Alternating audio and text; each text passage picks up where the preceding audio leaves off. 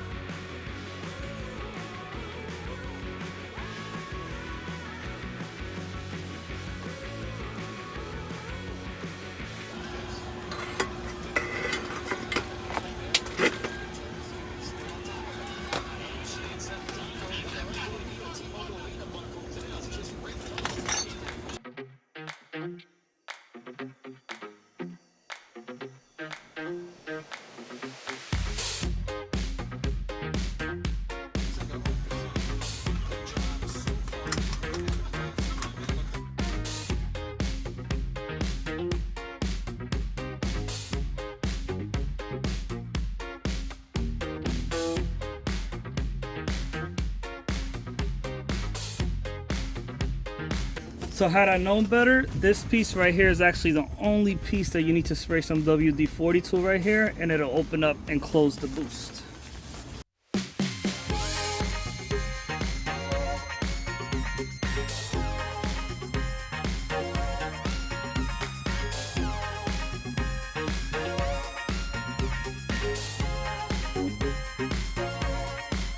So the dealership wanted to charge me $4,750, saying that I needed a new turbo.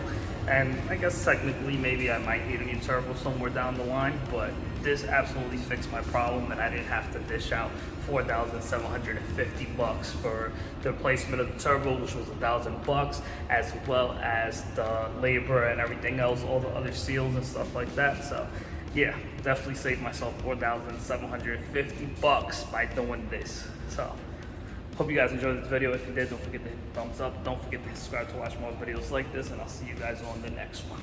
Also, I know that I didn't do a good job at recording the angles of all the work that I did, but just know that it is pretty easy. You just gotta take a bunch of screws apart, and I took pictures of every single screw that I was taking apart. That way I know exactly where that screw belongs.